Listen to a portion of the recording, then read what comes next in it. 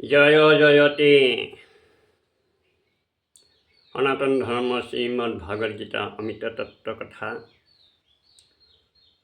এই চেনেললৈ সমস্ত ভক্তবৃন্দ আই মাতৃ তথা যত আছে বন্ধু বান্ধৱ সবাৰ চৰণত সেৱা জনাই শ্ৰীমদ ভাগৱত গীতা অমৃত তত্ত্ব কথা চেনেললৈ স্বাগতম জনাই আমি আজি এই শ্ৰীমদ ভাগৱত গীতা অমৃত তত্ত্ব কথা পৰৱৰ্তী ভিডিঅ' মূল টপিকৰ বিষয়বস্তু হৈছে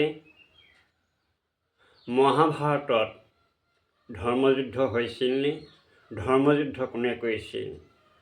শ্ৰীমদ ভাগৱত গীতা অষ্টাদশ অধ্যায় ৭৮ আৰু ৬০ নং শ্লোকৰ মাধ্যমেৰে মহাভাৰতৰ ধৰ্মযুদ্ধ হৈছিল নে নাই, এই মহাৰহস্য তত্ত্বপূৰ্ণ কথা আপোনালোকক ভিডিঅ'ৰ যোগেৰে আমি শ্ৰৱণ কৰিব ধৰিছোঁ।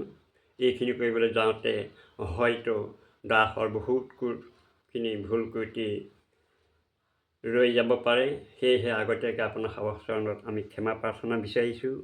আৰু লগতে আপোনাৰ সবৰ চৰণত এটি কৰুণ নিবেদন যে এই ভিডিঅ'টো চাই আপোনালোকে লাইক কমেণ্ট ছাবস্ক্ৰাইব কৰিবলৈ যেন নাপাহৰে।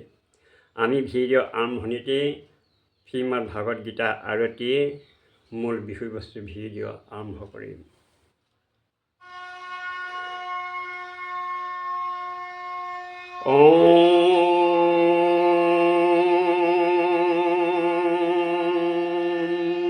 পৰম ব্ৰহ্মাই বাসুদেৱ সৰ্বঃ পৰম ব্ৰহ্মাই বাসুদেৱ সৰ্বম পৰাকীৰ্তন সদ্বন্ধং পৰাং ব্ৰহ্মং নৰাকৃতি সিন্ধয় সাৰম সর্বস্বম বন্দে নন্দাত্মজং মদঃ।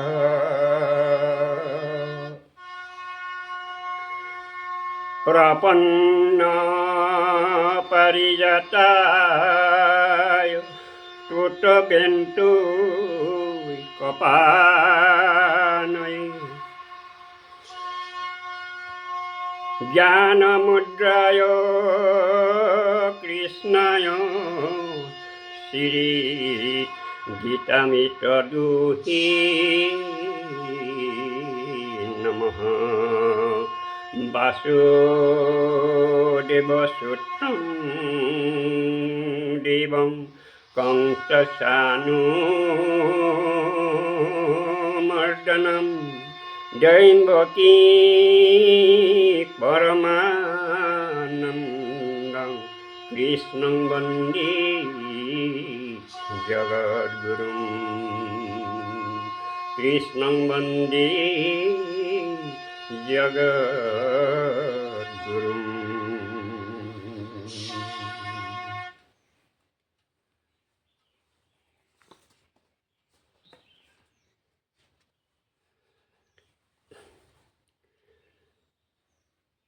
মহাভাৰতত ধৰ্মযুদ্ধ হৈছিল নে? শ্ৰীমদ ভাগৱত গীতা অষ্টাদশ অধ্যায়ৰ ৬০ আৰু ৭৮ নং শ্লোকৰ মাধ্যমেৰে এই মহা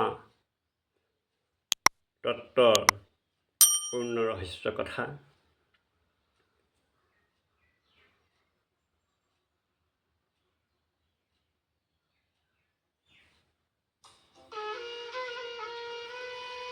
স্বভাৱজেন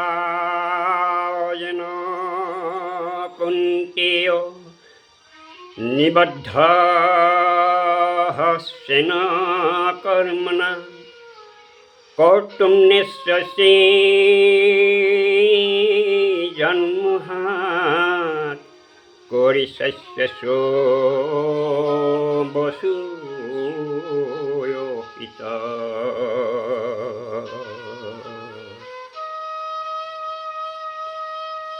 হে কুন্তী নন্দন,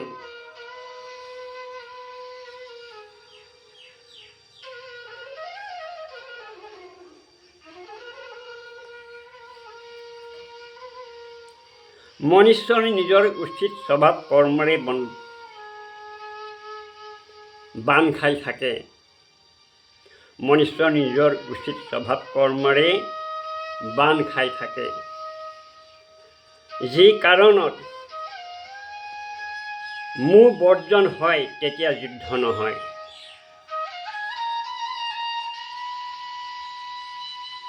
কিয়নো প্ৰকৃতিৰ ক্ষেত্ৰ পৰৱ হ'লেই যুদ্ধ হয়। প্ৰকৃতিৰ ক্ষেত্ৰ পৰৱ হ'লেই যুদ্ধ কৰে। পূৰ্বজন্মত যেনেকৈ কৰ্ম আৰু গুণৰ বৃত্তি ৰৈ থাকে, এই জন্মতো যেনেকৈ মাতা পিতাৰ পৰা উৎপত্তি হয়, অৰ্থাৎ মাতা পিতা যেনেকৈ সংস্কাৰত থাকে, জন্মৰ পিছত যেনেকৈ দেখা শুনা হয়, যেনেকৈ শিক্ষাপ্ৰাপ্ত হয় আৰু যেনেকৈ কৰ্ম কৰে, সেই সকলো মিলনৰে নিজৰ যি কৰ্ম কৰা এক অভ্যাস হৈ যায়, তাৰ নামেই স্বভাৱ। ইয়াত ভগৱানে স্বভাৱৰ প্ৰয়োজন স্বকীয় কৰ্মযোগ, স্বকীয় কৰ্মকে কোৱা হৈছে। ইয়াকো স্বধৰ্মই কোৱা হয়। তথা স্বধৰ্মমপি সাবেক্ষণ বিকম্পিতো মহৰ্ষি। গীতা 2য় অধ্যায় 31 নং শ্লোকত শ্ৰীমদ ভাগৱত গীতা জ্ঞানদাতা কৃষ্ণই কৈছে, শুনক, যে কৌতুনেশ্বচৈজন্মোহাত কৰিশ্বস্যু বসুপি তৎ। স্বভাৱ ক্ষেত্ৰ প্ৰকৃতিৰেই বন্ধা হয়। স্বভাৱ ক্ষেত্ৰ প্ৰকৃতিৰেই বন্ধা হয়।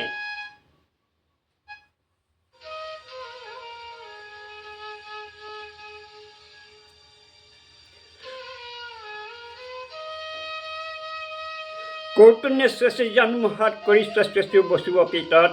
স্বভাৱ ক্ষেত্ৰ প্ৰকৃতিৰেই বন্ধা হয়। যি মোহৰ কাৰণতে, যি মোহৰ বশত কাৰণতে কৰ্ম কৰিব নালাগে, যি মোহৰ বশত কাৰণতেই কৰ্ম কৰিব নালাগে। মোহৰ পৰৱ হৈ কৰিব লাগিব। মোহৰ পৰৱ হৈ কৰিব লাগিব কিয়? যে স্বভাৱৰ অনুসাৰে শাস্ত্ৰই কৰ্তব্য পালনৰ আজ্ঞা দিছে। স্বভাৱৰ অনুসাৰে শাস্ত্ৰই কৰ্তব্য পালনৰ আজ্ঞা দিছে। সেই আজ্ঞাৰে দোষ দেখে, সেই আজ্ঞাৰে দোষ দেখে, তেতিয়াই দোষৰ বাধক হয়। আৰু তেতিয়াই এই দোষৰ কোনো বাধক নহয়, দোষৰ কোনো বাধক নহয়। শ্ৰেয়ান ধৰ্ম বিগুণঃ, শ্ৰেয়ান ধৰ্ম বিগুণঃ পৰধৰ্মস্য বনুষ্ঠিতাঃ। শ্ৰেয়ান ধৰ্ম বিগুণঃ পৰধৰ্মস্য বনুষ্ঠিতাঃ। শ্ৰীমদ ভাগৱত গীতা 3য় অধ্যায় 35 আৰু 18 নং শ্লোকত আৰু ৪৭ নং শ্লোকত সেই স্বভাৱ কৰ্ম যে ক্ষেত্ৰীয় ধৰ্ম অনুসাৰে যে যুদ্ধ কৰিবৰ কাৰণে পৰবশ হয়। ক্ষেত্ৰীয় ধৰ্ম অনুসাৰে যুদ্ধ কৰিবৰ কাৰণেই পৰবশ হয়। যুদ্ধৰূপ কৰ্তব্য নকৰিলে তাৰ বিচাৰ ই মূঢ়তাপূৰ্বকভাৱে কৰা হয়। যি জীৱনমুক্ত মহাপুৰুষ হৈছে যে তেওঁৰ স্বভাৱ যে সৰ্বদাই শুদ্ধ হৈ থাকে। অতঃ তেওঁৰ ওপৰত স্বভাৱৰ এই আধিপত্য নাথাকে, তেওঁৰ ওপৰত কোনো স্বভাৱৰ আধিপত্য নাথাকেই। অৰ্থাৎ তেওঁ স্বভাৱত পৰবশ নহয়, তেওঁ কদাপি স্বভাৱত পৰবশ নহয়। পুনৰো কোনো ধৰ্মৰ ই পবিত্ৰত নহয়, পুনৰ কোনো অন্য ধৰ্ম পবিত্ৰত নহয়, তেতিয়া নিজৰ প্ৰকৃতি স্বভাৱ অনুসৰি কাম কৰি আছে। কিন্তু সাধাৰণ মনুষ্যৰ ই প্ৰকৃতি ই পৰবশেই হৈ থাকে। সাধাৰণ মনুষ্যবিলাকৰ প্ৰকৃতিয়েই পৰবশ হৈ থাকে। এই কাৰণেই যে তেওঁলোকৰ স্বভাৱ তেওঁলোকক ই জবৰদস্তি ই কৰ্মতেই লগাই থাকে, জবৰদস্তি কৰ্মতেই লগাই দিয়ে। গীতা ৩য় অধ্যায় ৩৩ নং শ্লোকত শ্ৰীমদ ভাগৱত গীতা জ্ঞানদাতা কৃষ্ণই অৰ্জুনক কৈছে, শুনক, যে তেওঁলোকৰ ক্ষেত্ৰীয় স্বভাৱত তোমাক এই জবৰদস্তি কৰিয়েই লগাই দিব। তোমাক জবৰদস্তি কৰি যুদ্ধ কৰিবলৈ লগাই দিব।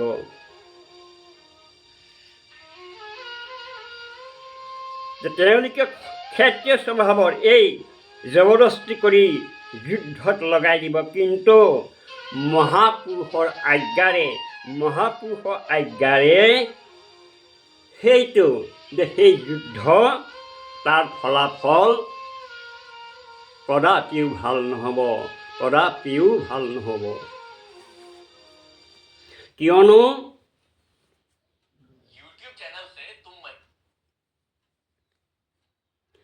যদি তুমি যে সন্তা মহাপুৰুষৰ অথবা মোৰ আজ্ঞাৰে যে যুদ্ধৰূপ কৰ্ম কৰিবা, তেতিয়া সেই কৰ্ম তোমাৰ আৰু তেওঁলোকৰ কাৰণে কল্যাণকমী হৈ যাব।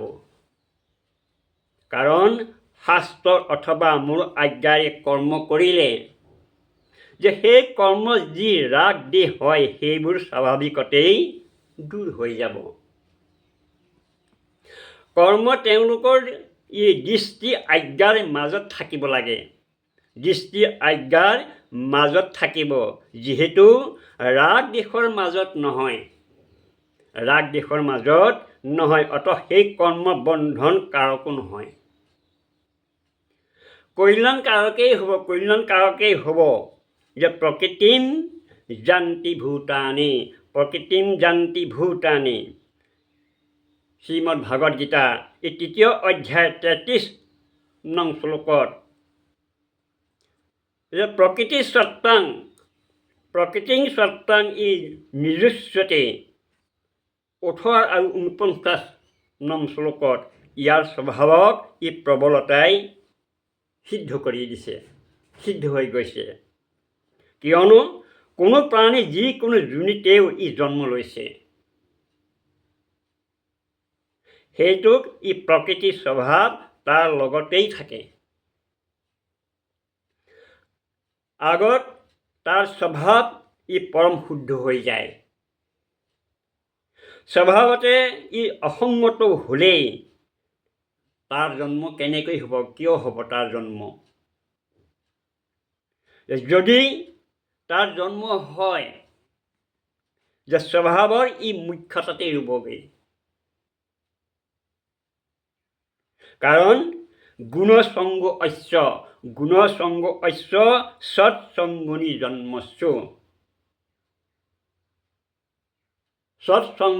জন্মস্যু জন্ম কেৱল সৎসংগ পুণ্য অনুসাৰে হয়। সৎসংগত পুণ্য অনুসাৰে হয়।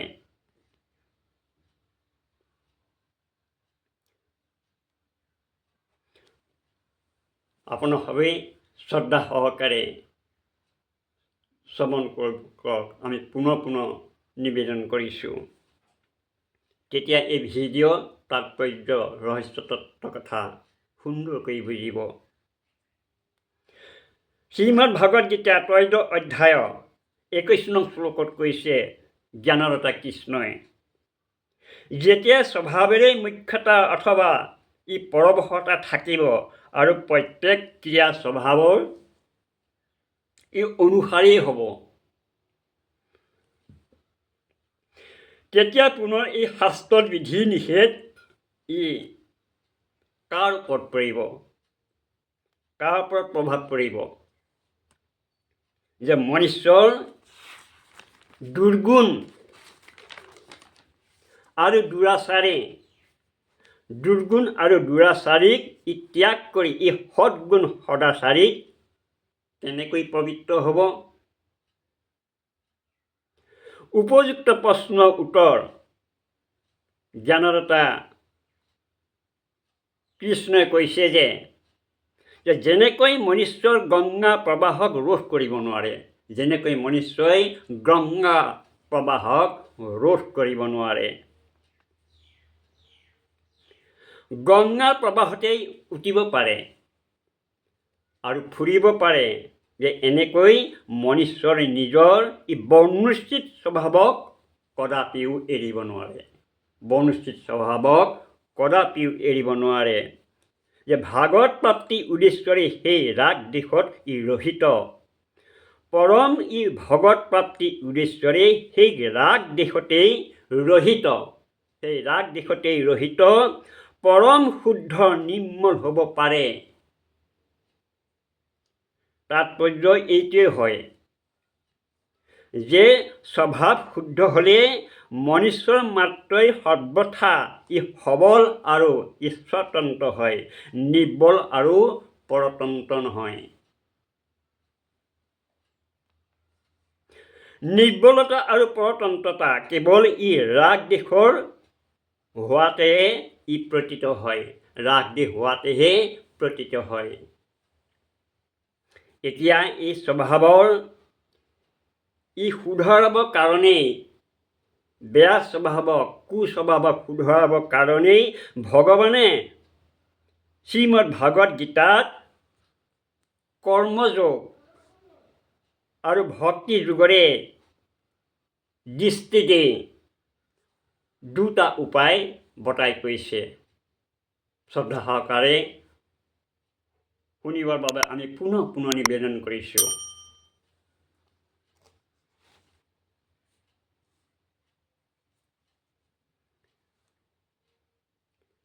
কৰ্মযোগৰ দৃষ্টিৰে শ্ৰীমদ ভাগৱত গীতা জ্ঞানদাতা কৃষ্ণই শ্ৰীমদ ভাগৱত গীতা 3 অধ্যায়ত 34 নং শ্লোকত কৈছে, শুনক। কৰ্মযোগৰ দৃষ্টিৰে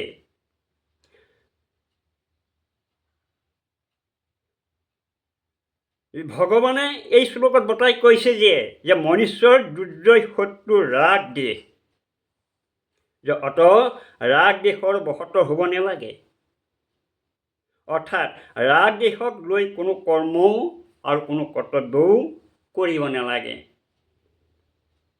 প্ৰত্যুত্তৰ যে শাস্ত্ৰৰ আজ্ঞা অনুসাৰে যে কৰ্ম কৰিলে শিষ্য, গুৰু, পুত্ৰ, মাতা, পিতা, পত্নী, পতি আৰু চাকৰ, মালিক আদি তথা আজ্ঞাৰে অনুসাৰে ই প্ৰসন্নতাপূৰ্বক সকলো ই কৰ্ম কৰিলেই তেতিয়া ৰাগ দেশ কদাপিও নহয়। প্ৰসন্নতাপূৰ্বকভাৱে কৰিব লাগে। কাৰণ নিজৰ যে মনৰ অনুসাৰে কোনো কৰ্ম কৰিলেই ৰাগ দেশ পুষ্ট হয়, নিজৰ মনৰ ইচ্ছা অনুসাৰে যদি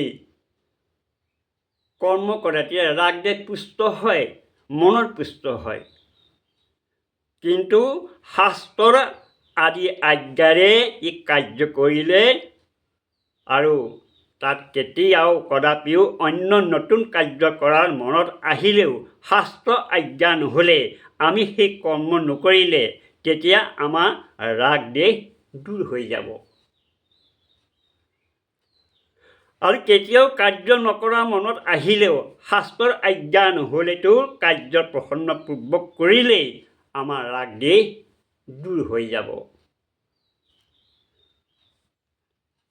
জ্ঞানৰতাই ভক্তি যুগৰ দৃষ্টিৰে কৈছে শুনক। এইবাৰ দ্বিতীয় প্ৰশ্ন, তেতিয়া যি মুহূৰ্তত যেতিয়া এই মমতাশীল মনীশ্বৰ বস্তুৰ সৈতে স্বয়ং ভগৱানত যদি শৰণ হৈ যায় তেতিয়া তাৰ লগতে ই নিজৰ কৰিবলগীয়া একো নাথাকে। তেওঁ ভগৱানৰ ই কাঠৰ পুতলা হৈ যায়। পুনৰ ভগৱানৰ আজ্ঞা অনুসাৰে যে ভগৱানৰ ইচ্ছা অনুসাৰে যে সকলো কৰ্ম কৰে, সকলো কাৰ্য কৰা হয়, যেনেকৈ তেওঁ স্বভাৱৰে থকা এই ৰাগ দেশবিলাক দূৰ হৈ যায়।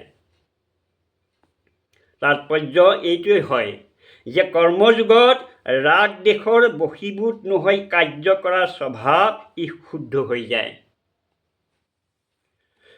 শ্ৰীমদ ভাগৱত গীতা অষ্টাদশ অধ্যায় ৭২ শ্লোকতো এই স্বভাৱ শুদ্ধ হোৱাৰ বন্ধনৰ ই কোনো প্ৰশ্নই এই শ্লোকত অহা নাই। মনুষ্যই যিকোনো কৰ্ম কৰে যে ৰাগ দেশৰ ই বশীভূত হৈ কৰে আৰু কেতিয়াবা ই সিদ্ধান্ত অনুসাৰে কৰে যে ৰাগ দেশপূৰ্বক কৰ্ম ৰাগ দেশেৰেই ই দৃঢ় হৈ থাকে, ৰাগ দেশতেই ই দৃঢ় হৈ যাব। আৰু পুনৰ মনুষ্যৰ এনেকুৱা কৰিব যে এনেকুৱা বৰ্ণিত হ'ব যে এনেকুৱা বনিব যে সিদ্ধান্ত কৰ্ম কৰিলে, সিদ্ধান্ত অনুসাৰে কোনো কৰ্ম কৰিলে যি মনুষ্যই এই পৰমাত্মা প্ৰাপ্তি উদ্দেশ্যক ৰাখি যদি শাস্ত্ৰ আৰু মহাপুৰুষৰ সিদ্ধান্ত অনুসাৰে যদি কৰ্ম কৰিছে আৰু যি পৰমাত্মাক প্ৰাপ্ত কৰিছে সেই দুই সাধকৰ সিদ্ধ মহাপুৰুষে এই কৰ্মৰ কাৰণে দুনিয়াৰ কাৰণে ই লোকৰ কল্যাণৰ কাৰণে লোকৰ হিতৰ ই আদৰ্শ হৈছে, লোকৰ হিতৰ কাৰকৰ আদৰ্শ হৈছে। আৰু ই অনুকৰণীয়তাই যে গীতা ৩ অধ্যায় ২১ শ্লোকত বিহিত কৰ্ম স্বভাৱ আৰু নিষিদ্ধ কৰ্ম স্বভাৱ, বিহিত কৰ্ম স্বভাৱ স্বতঃস্ফূৰ্ত, কিন্তু নিষিদ্ধ কৰ্ম স্বভাৱ ই আগন্তুক হোৱাৰ পিছতো সেই স্বভাৱ হয়। বিহিত কৰ্মৰ স্বভাৱ ই স্বজাতীয় কাৰণ হয়, বিহিত কৰ্মবিলাকৰ স্বভাৱ স্বজাতীয় কাৰণ হয়। কিন্তু ইয়াৰ পিছত যি নিষিদ্ধ কৰ্ম স্বভাৱো ই বিজাতীয় নহয়, নিষিদ্ধ কৰ্ম ই স্বভাৱবিলাকো বিজাতীয় নহয়। মনুষ্যৰ ই খাচ কৰ্তব্য, যি কুসংগ কাৰণ তাক ত্যাগ কৰি নিজৰ স্বভাৱক ই ঠিক কৰি নিষিদ্ধ ই কৰ্মক যদি বন্ধন কৰি ই পৰমাত্মা ই ভগৱানে যি বিহিত কৰ্ম স্বভাৱ অনুসাৰে নিজক ই বৰ্ণ ধৰ্ম পালনত ই কৰিবলৈ আজ্ঞা দিছে।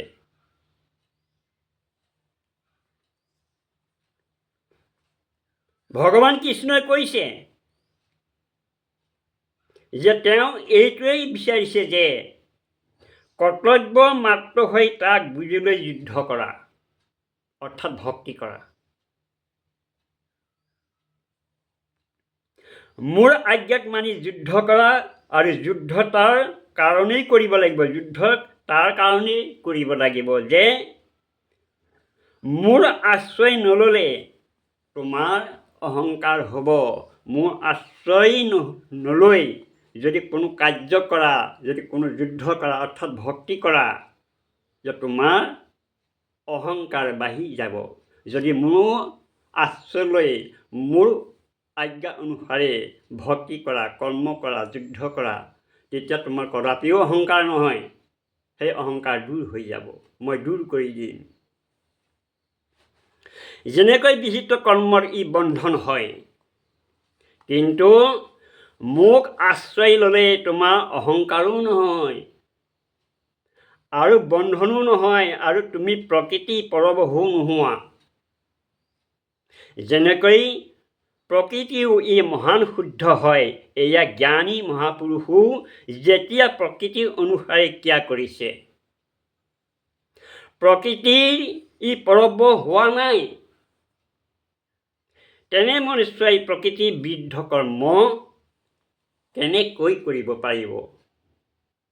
নিশ্চয় নোৱাৰে।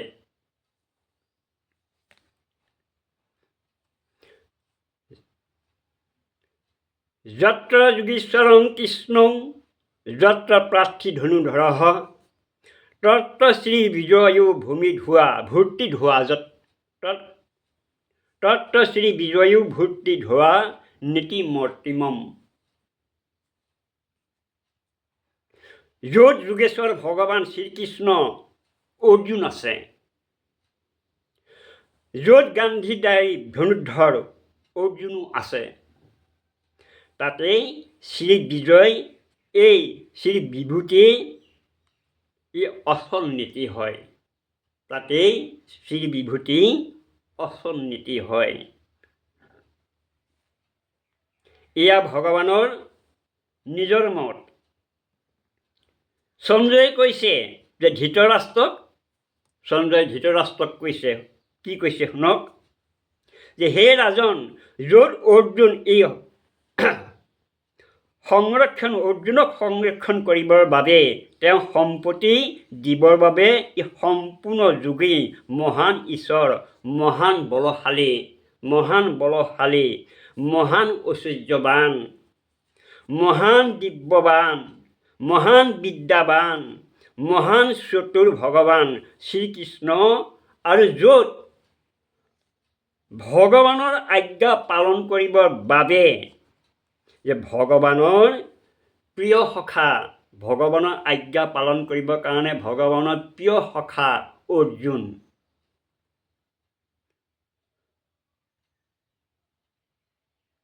ভক্ত অৰ্জুন, ভগৱানৰ প্ৰিয় সখাৰ ভক্তৰ গাণ্ডীৱ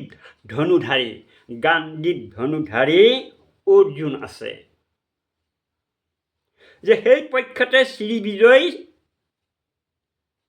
বিভূতি, শ্ৰী বিজয় আৰু বিভূতি, আৰু মোৰ সম্পত্তিও তাতেই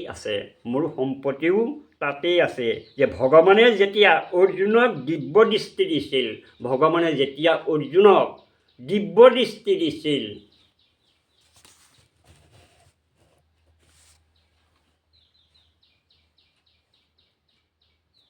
যে সেই সময়ত সঞ্জয়ে যে ভগৱানক মহাযোগেশ্বৰ বুলি কৈছিল, সেই সময়ত সঞ্জয়ে ভগৱানক মহাযোগেশ্বৰ বুলি কৈছিল। এতিয়া যে সেই মহাযোগেশ্বৰ অভ্যাস ই মনতেই হৈছে, ইয়াত মহাযোগেশ্বৰ বুলি কৈ আছে, মহাযোগেশ্বৰ বুলি কৈ আছে যে তেওঁ সম্পূৰ্ণ যোগী ঈশ্বৰ, অৰ্থাৎ মালিক, যোগৰ ঈশ্বৰ। ভগৱান কৃষ্ণ ই পেৰেক হৈ তেওঁ আজ্ঞা পালন কৰিবৰ বাবে ধনুৰ্ধাৰী অৰ্জুনক প্ৰেৰক হৈছে।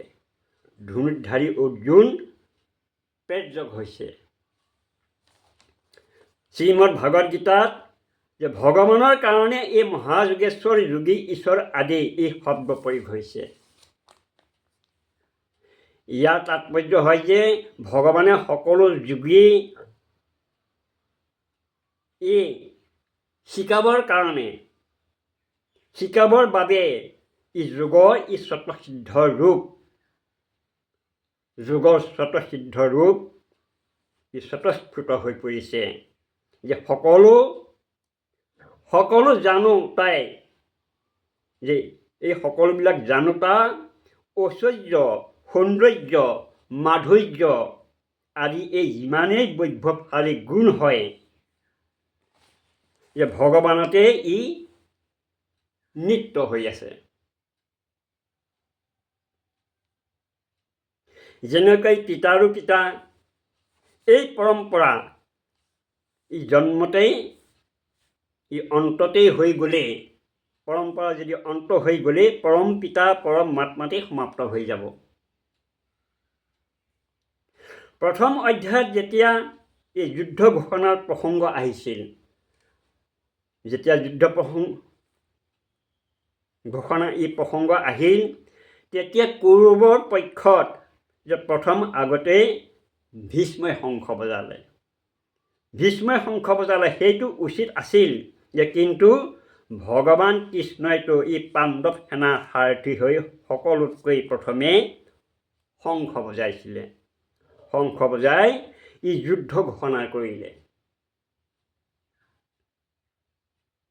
ই লৌকিক দৃষ্টিত দেখা গ'লেতো যে সকলোতকৈ প্ৰথমে শংখ বজোৱাৰ ই ভগৱানৰ অধিকাৰ দেখা নাই। ভগৱান কৃষ্ণই শংখ বজালে যে তেতিয়া এনেকৈ সিদ্ধ হৈছে যে পাণ্ডৱৰ সেনা সকলোতকৈ যে মুখ্য ভগৱান শ্ৰীকৃষ্ণ। দ্বিতীয় নম্বৰত অৰ্জুন। এই কাৰণেই দুয়ে পাণ্ডৱ সেনাতে প্ৰথমে এই শংখ বজালে, প্ৰথমেই শংখ বজালে। তাৎপৰ্য এইটোৱে হয় যে সঞ্জয়ে যেনেকৈ আৰম্ভণিতে শংখনাদৰ ক্ৰিয়া দুই মুখ্যতাতে ই প্ৰকট এনেকৈ কৰিছে যে অন্তৰত সঞ্জয়ে কৃষ্ণ অৰ্জুন বুলি দুয়োৰে নাম লৈছে। দুয়োৰে নাম লৈছে। এই দুয়োৰে নাম লৈ দুয়োৰে ই মুখ্যতাৰ প্ৰকট কৰিলে। দুয়োৰে মুখ্যতা প্ৰকট কৰিছে। শ্ৰীমদ ভাগৱত গীতাত পাৰ্থ সম্বন্ধ ই 38 বাৰ, ই 38 বাৰ ই আবৃত্তি হৈছে। অৰ্জুনৰ কাৰণে ইমান সংখ্যাটো তেওঁ কোনো সম্বন্ধ নাহে। ইয়াৰ পৰা যুদ্ধ বা ইয়াৰ পৰা ই বুজা যায় যে ভগৱানৰ পাৰ্থ সম্বন্ধৰ বেছি প্ৰিয় লাগে। গীতাত শ্ৰীকৃষ্ণ সম্বন্ধ 9 বাৰ হয়। ভগৱানৰ সম্বন্ধৰ ইমান সংখ্যাতে অন্য কোনোমো ই সম্বন্ধৰ আবৃত্তি হোৱা নাই। শেষত গীতাত ই উপসংহাৰ কৰিছে সঞ্জয়ে যে কৃষ্ণ আৰু পাৰ্থ এই দুই নাম লৈছে। তত্ৰ শ্ৰী বিজয়ী ভূতি ধৰা নীতিমতিমম লক্ষ্মী সুভা সম্পত্তি, এই সকলো শ্ৰী শব্দৰ অন্তৰ্গত হয়। সকলোবিলাকেই শ্ৰী শব্দ অন্তৰ্গত হয়।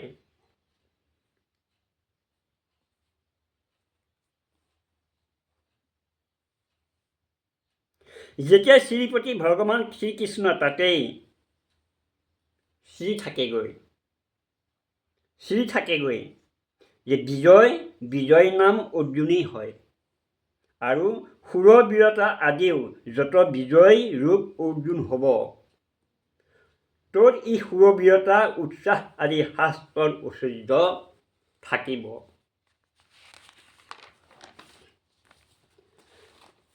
এনেকৈ যত যোগেশ্বৰ ভগৱান শ্ৰীকৃষ্ণ হ'ব, তাত বিভূতি ঐশ্বৰ্য মহতা ই প্ৰভাৱ সমৰ্য আদি এই সকলোবোৰে সকলোতকৈ ই ভাগৱত ই গুণ ই সহিত হৈ থাকিব। ভাগৱত গুণ সহিত হৈ থাকিব। য'ত ধৰ্মাত্মা অৰ্জুন থাকিব আৰু তাত অচল নীতি থাকিব, ন্যায় থাকিব। এই সকলো গুণ এই ভগৱানৰ আৰু অৰ্জুনতেই বিদ্যমান হৈ আছে। অৰ্জুনতেই বিদ্যমান হৈ আছে।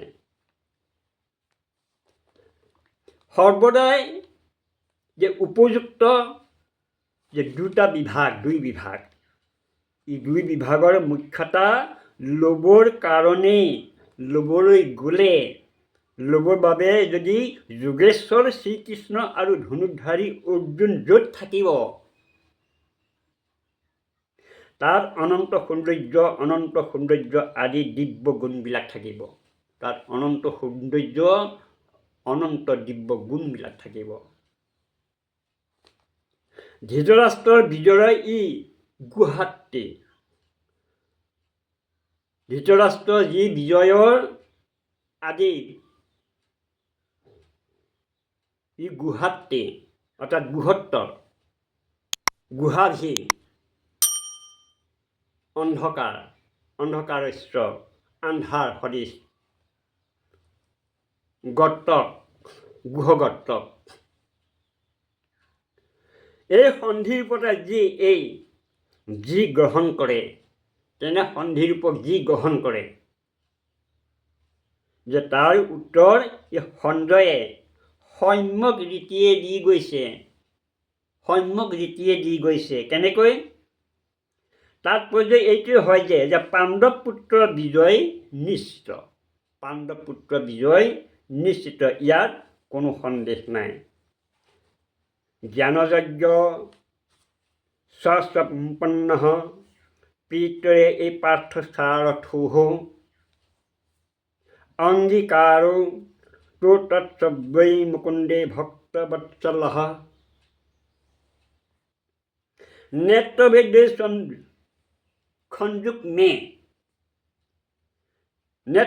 সংযুক মে হি এ বহু ধ্যানস্য বস্তুৰে এই